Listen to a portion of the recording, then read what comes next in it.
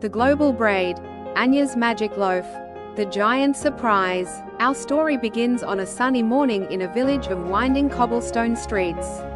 A young, cheerful girl named Anya was given a very special task by the local baker.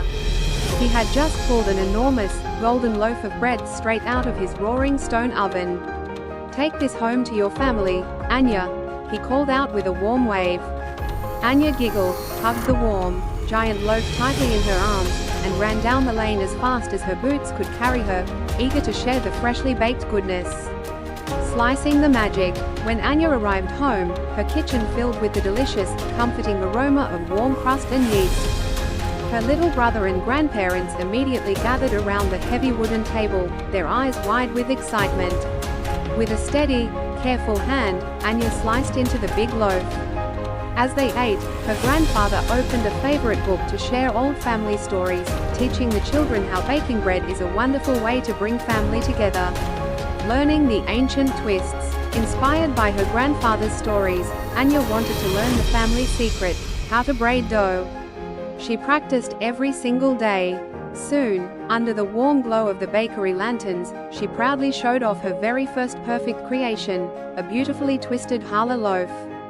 Her grandfather and the neighborhood boys watched in complete awe as she carefully placed it on the crowded shop display shelves, which were already overflowing with delicious rounds and The towering pyramid. As Anya's skills grew, so did her imagination.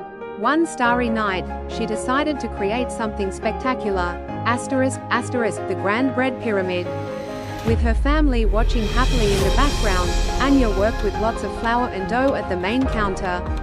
Right beside her rose a magnificent, multi-layered tower made entirely of braided loaves, decorated with beautifully sculpted dough flowers. It was a monument to patience, practice, and a little bit of kitchen magic. The challah of community. Word of Anya's beautiful baking spread far beyond her little village.